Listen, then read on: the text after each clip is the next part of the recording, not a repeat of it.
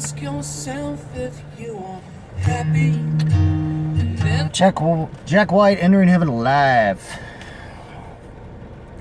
This being the second album this year, fifth studio album overall, sort of a double album paired with their Fear of the Dawn. That one kind of continuing from the last record, which was Boarding House Reach. That one was more of that, but I'd say I felt it was more refined and more subdued and more palatable. And also more impressive in the sense that, you know, you had a track that literally used a damn Korg Miku pedal and made it musically inept, and it wasn't annoying. It actually worked. I was floored how much I actually liked that record in comparison to the previous. But now the question is, what was this album going to turn out to be? Well, it seems that this album is a little more subdued. It's more closer in line with what of a Blunderbuss meets Get Behind Me, Satan kind of a thing with this record. As that I was more, luckily more Blunderbuss for me, since that's still the best thing Jack White solo wise has been. It's somehow it all comes together and it works to me. The tracks that are up, even the opening track here is fine. Except From You to Me works well. All on the Way is nice. Milan's nice. Love Is Selfish does feel a little bit like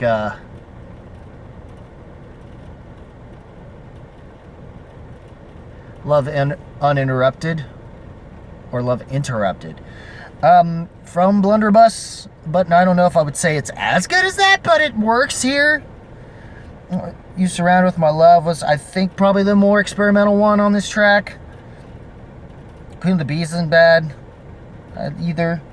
Though I will just say, a lot of people will say this, and I understand that they do. If I Die Tomorrow is definitely a really good track.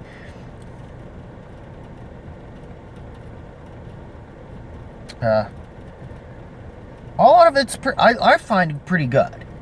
And I feel so far, between the two albums that have come out this year, I am surprised how well this has been made. I've not been bored with it. Yes, some people somehow find this album boring, and I don't understand you.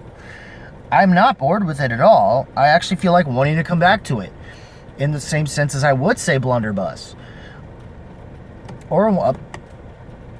So I don't know if I would say it in the sense of being better than any White Stripes release or a Raconteurs album for that matter.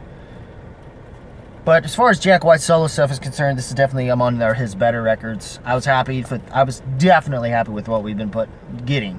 I was pleasantly surprised here.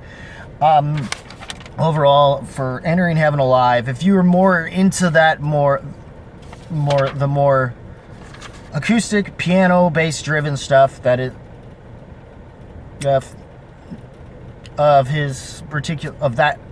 in that more indie folk lane, I guess you could say, this definitely will appeal to you very much. Far more so than maybe Fear of the Dawn. But if you like Blunderbuss and, like I said, Get Behind Me, Satan, the White Stripes album, Get Behind Me, Satan, which has its merits. That album it took a while to grow me, even though I would consider that of White Stripes albums to be kind of in their worst category. But that's just me. Some people like it a lot more. But I feel like this is a good stepping stone to get people to like Get Behind Me, Satan. It's definitely for fans of Blunderbuss and Get Behind Me, Satan. For sure. If you like those albums, you will like this. If you liked any of the ideas that were there, this definitely will suit you as well. And apparently Jack White used an Acoustasonic Jaguar, I think? Or Telly? When he performed this on the Late Show, I'm forgetting the host for some stupid reason. I don't know why. But regardless, which was a good performance for If I Die Tomorrow, by the way. You should check that out if you have a chance. The Late Night with Stephen Colbert. That's right. Or Late Show with Stephen Colbert. Something like that.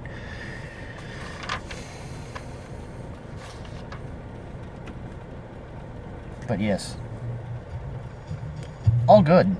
I like them all. Even the final track, taking me back gently, which is a more has this certain thing to it that reminds me of more swing jazz kind of the swing jazz big band stuff ish kind of, or at least that more swing dancey music of the 40s and 50s approach to it, to the initial track, that, and somehow it ends in a way to where it becomes almost a connective tissue to the previous album, Fear of the Dawn, from the original version of Taking Me Back. That starts that album. So it almost finds its way to work to where everything starts to kind of interweave within each other between the two records, where you could start here, then go into Fear of the Dawn, or you could see this as a nice little loop around if you started with Fear of the Dawn going into that. So I figured the way he ended this was a great choice, in my opinion. Smart move on his part. Overall, I gotta say it. So Jack White surprisingly has been pulling it off this year. Blue hair, even with the blue hair and all. Horns up. I don't know. Or was it a thumbs up? I can't even remember what I gave Fear of the Dawn. Because I think I might have given it a horns up. If not, I should probably need to change my mind and do that. But yeah. Yeah, I was pleasantly surprised that he pulled off 2 records in one go this year. And made them all work together in their own rights, as well as in their own, well, also sort of having their own separate identities. So, yeah, what did you guys think of Turning Heaven Live? Maybe also Fear of the Dawn, if you hadn't already talked about, which you should go to that video. I probably should leave a link in there. I probably forget to do it, knowing me. But what did you guys think? Leave a comment below, let me know. If you like this video, rock the like button, thrust if you must. As always, guys, keep it real, keep it real, keep it rocking. See you next video, whatever and whenever that may be. Since things have been a little spotty lately, I'm going to try to get back into the flow of things. Also I'll probably leave a link in the description to the other channel I've also been keeping me busy, The Burn Pit. In case some of you that stupid haters want to go over there and just see me take hot stuff and then take on the pain. There's that. And as always, keep it random. Boom, keep it real, keep it rocking. I'll see you in the next video. Take care, y'all.